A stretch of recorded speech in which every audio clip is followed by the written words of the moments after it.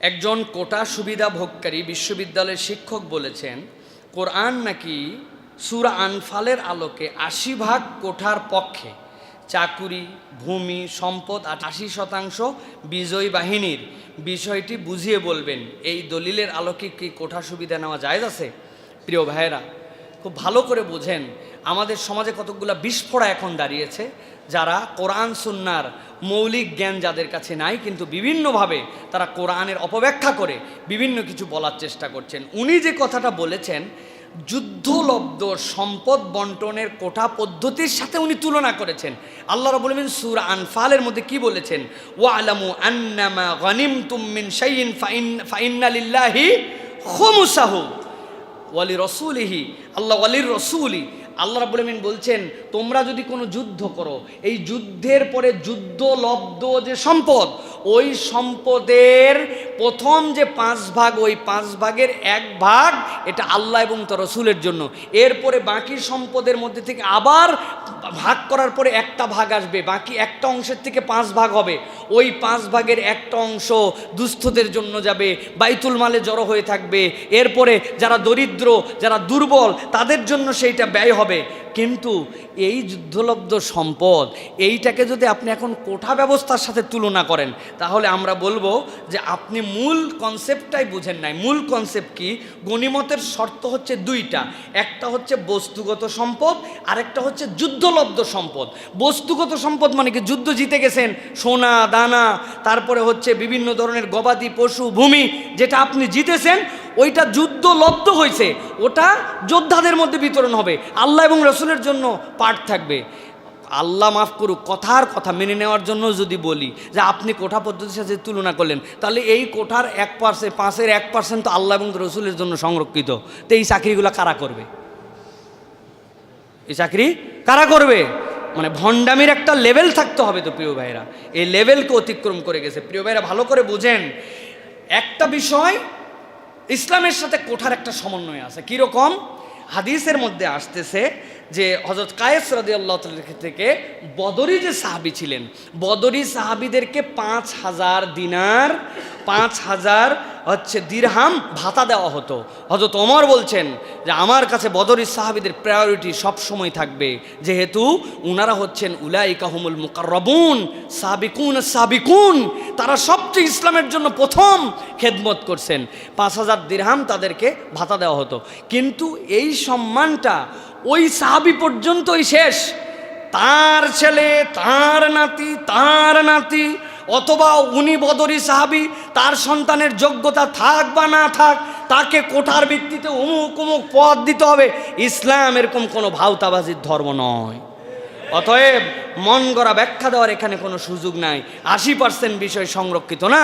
যুদ্ধ করছেন, দেশ স্বাধীন করেছেন, যারা ওই সময় এইগুলোর সম্পদ বন্টন করে দেন, ভাগ করে দেন, কিন্তু এটা প্রজন্ম থেকে প্রজন্মান্তর এটাকে টেনে নিয়ে যেতে হবে। এটাকে হবে কোরআনের সূরা আনফালের আলোকে ইসলামের জিহাদকে এটার সাথে সমন্বয় করে দিয়ে এটাকে আপনি সাফাই গাইবেন, এটাকে আপনি সাপোর্ট করবেন, এরকম অপব্যাখ্যা করা যাবে না। এই অপব্যাখ্যা করলে আমাদের ঈমান থেকে বের হয়ে যাওয়ার সম্ভাবনা আছে। আল্লাহ আমাদেরকে বোঝার তৌফিক দান করেন। বাধ্য হয়ে ঘুষ দিয়ে চাকরি নিলে বেতন হালাল হবে কিনা? বিভিন্ন কাজ তড়িৎ করে নিতে, যেমন ডাক্তারের সিরিয়াল, ব্যাংকের বিল পাস, দ্রুত জামিন, কাগজ, গাড়ির লাইসেন্স কিছু টাকা দিয়ে করা হয়, এটা কি হারাম হবে? ভালো করে বুঝেন প্রিয় ভাইরা, ঘুষের 2টা লেভেল, রাশি ওয়াল মুরতাশি কিলাহুমা ফিন্নার। রাসূল সাল্লাল্লাহু আলাইহি ওয়াসাল্লাম বলছেন ঘুষদাতা গ্রহীতা জাহান্নামে যাবে, এটাতে কোনো সন্দেহ নাই। কিন্তু ঘুষের একটা স্তর আছে যেটা জুলুম।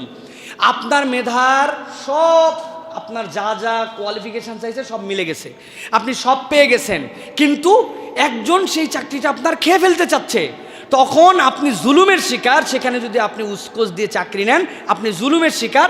ইন জেনারেলি ফতোয়া হচ্ছে এটা জায়েজ হতে পারে আপনার জন্য, কিন্তু আকরাবুল ইত্তাকওয়া, আল্লাহ রিজিক ওটাই আমার জন্য একমাত্র না। আপনি ওখান থেকে পরহেজ থাকলে আপনি বেশি ভালো মুমিন। কিন্তু কেউ যদি নিয়ে ফেলে, কিন্তু কোয়ালিফিকেশানে আপনি নাই, আপনার যে মার্ক চাইছে সেই মার্কে আপনি নাই, খাতা যেটা দেখতে চাইছে সেখানে আপনি নাই, আপনি দুর্নীতি করে আপনি চলে গেছেন, অথবা দুর্নীতির একটা লেভেলে প্রশ্নপত্র ফাঁস, বুঝতেছি, খাতা তো দেখে টিচার, প্রশ্ন তো করে টিচার, কিন্তু জমা দেয় যে কম্পিউটারিস্টের কাছে, কম্পিউটারিস্টকে আপনি ম্যানেজ করে বলছেন ভাই খাতা দেখছে তাই কি, মার্ক 40 পাই, তোলার সময় তুই 60 তুলবি, ঠেকাবে কে? দুর্নীতির অনেক লেভেল আছে প্রিয় ভাইয়েরা। আপনি এরকম মায়ের প্যাঁচ দিয়ে আপনি যে চাকরি নেন, এটা হারাম, আপনার জন্য সম্পূর্ণ হারাম, এখানে আপনি করতে পারবেন না। আর আগেরটা হলে জুলুম।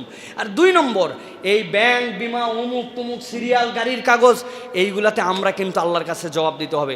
আপনি একটু ধৈর্য ধরলেই, লাইনে থাকলেই আপনার এটা হয়ে যায়, কিন্তু যাই আপনার অধৈর্য। একজন বলছে একটু আগে কাজ করে নেন, হয় আমার বহুত কাজ আছে, ঝামেলা আছে, দিয়ে দিলেন 1000, দিয়ে মনে করতেছেন উপায় নাই, কিছুর উপায় নাই। আপনি নিজে এখানে ঘুষ দিতে প্রলুব্ধ করলেন। অতএব এটার জন্য আল্লাহর কাছে আপনাকে কিন্তু হিসাব দিতে হবে। আপনি নিজে তখন আর রাশির দপ্তরে চলে যাবেন। অতএব এইগুলা সিরিয়াল লাগানো অমুক তুমুক, এগুলো 2 নম্বরে, এইগুলা আমাদেরকে কখনো এই কাজের সাথে সম্পৃক্ত হওয়া যাবে না। আল্লাহ আমাদেরকে ঘুষ দেওয়া নেওয়া এগুলো সব কিছুর থেকে আল্লাহ বেঁচে থাকার তৌফিক দান করেন। একজন বলেছেন, হুজুর আমার দুশ্চিন্তা কোনোভাবেই দূর হয় না, 1000 ধরনের আমল করার পরেও আমার হৃদয়ের অশান্তি আর পেরেশানিতে আমি কুড়ে কুড়ে মরে যাচ্ছি, মেহেরবানি করে কোরআন সুন্নাহর আলোকে কোনো আমল থাকলে আমাকে জানাবেন। প্রিয় ভাইয়েরা, আমি একটা হাদিস পড়েছিলাম, ওই হাদিসের আলোকে আপনাদের কাছে সহজ একটা বিষয় বলি। রসুল সাল্লাল্লাহু আলাইহি ওয়াসাল্লামের সাহাবী হযরত আবু সাঈদ খুদরি রাদিয়াল্লাহু তাআলা থেকে হাদিস, আবু দাউদের মধ্যে আসছে। হযরত আবু সাঈদ খুদরি বলতেছেন যে আমি আর রসুল সাল্লাল্লাহু আলাইহি ওয়াসাল্লাম একদিন মসজিদে আসলাম। রসুল সাল্লাল্লাহু আলাইহি ওয়াসাল্লাম এসে দেখলেন আবু উমামা আনসারী রাদিয়াল্লাহু তাআলা মসজিদের মধ্যে কপাল ধরে দুশ্চিন্তা করতে বসে আছে। নবীজি বললেন, আবু উমামা তোমার কি হয়েছে? বলে, ইয়া রাসূলুল্লাহ, আমার পেরেশানি আর দুশ্চিন্তা দূর হচ্ছে না, ঋণের বোঝা আমাকে কুড়ে কুড়ে খেয়ে ফেলতেছে। নবীজি বললেন, আমি তোমাকে এমন কতকগুলো বাক্য কি শিখিয়ে দিব, যেইটা তুমি পড়লে, আমল করলে, আল্লাহর কাছে চাইলে আল্লাহ তোমার দুশ্চিন্তা দূর করে দিবেন। সাহাবী তো খুশিতে আপ্লুত। নবী করিম সাল্লাল্লাহু আলাইহি ওয়াসাল্লাম বলল, আমার সাথে শিখে নাও, এই দোয়া পড়ো, আল্লাহুম্মা ইন্নী আউযু বিকা মিনাল হাম্মি ওয়াল হাজানি ওয়া আউযু বিকা মিনাল আজজি ওয়াল কাসলি ওয়া আউযু বিকা মিনাল জুবনি ওয়াল বুখলি ওয়া আউযু বিকা মিন গলাবাতিদ দাইন ওয়া কাহরির রিজাল। হযরত আবু উমামা বলছেন, আমি নবীর কাছ থেকে এটা শিখে নিয়ে আমল করতে শুরু করলাম। আল্লাহ সাক্ষ্য, রব্বুল আলামিন আমার যাবতীয় দুশ্চিন্তা দূর করে দিছে। আমি তো আপনাকে নতুন কিছু শিখাতে পারবো না ভাই। আপনি নবীর দেওয়া এই দোয়া আমল করেন প্রত্যেক 2 সিজদার মধ্যে, নফল নামাজে, এরপরে নামাজের পরে আল্লাহর কাছে এইটা বেশি বেশি করে আমল করেন। আল্লাহুম্মা ইন্নী আউযু বিকা মিনাল হাম্মি ওয়াল হাজানি ওয়া আউযু বিকা মিনাল আজজি ওয়াল কাসলি ওয়া আউযু বিকা মিনাল জুবনি ওয়াল বুখলি ওয়া আউযু বিকা মিন গলাবাতিদ দাইনি ওয়া কাহরির রিজাল। এই আমলটা করেন, অর্থ বোঝেন। আল্লাহ, আমি আপনার কাছে চিন্তা থেকে, পেরেশানি থেকে পানা চাই, আমি আপনার কাছে কৃপণতা থেকে, বোখালত থেকে পানা চাই। আল্লাহ, আপনার কাছে আমি আমার অন্তরের যে ভীরুতা, সাহস নাই, অন্তর চাঙ্গা হয় না, এটার থেকে পানা চাই। আল্লাহ, আমি ঋণের বোঝা থেকে, আর কোনো মানুষ আমার উপর চেপে বসবে, কাহারির রিজাল, আমাকে এমনভাবে ধরছে আমার ডানে বামে নড়ার, এই মানুষের চেপে বসা থেকে আল্লাহ আপনার কাছে পানা চাই। রবের কাছে এই দোয়া করলে ইনশাআল্লাহ আল্লাহ আপনাকে দুশ্চিন্তা মুক্ত করে দিবেন। আর ঋণের ক্ষেত্রে পরামর্শ, খবরদার লোভে পড়ে সুদের ঋণ নেবেন না। সুদের ঋণে পড়ছেন আল্লাহর হুকুমের বরখেলাপ করে, আর আল্লাহর কাছে ঋণ মুক্তির দোয়া চান, এটা একটা বেকুবের প্রার্থনা। অতএব এই ঋণ থেকে বের হন, আল্লাহ আপনাকে ব্যবস্থা করে দিবে ইনশাআল্লাহ।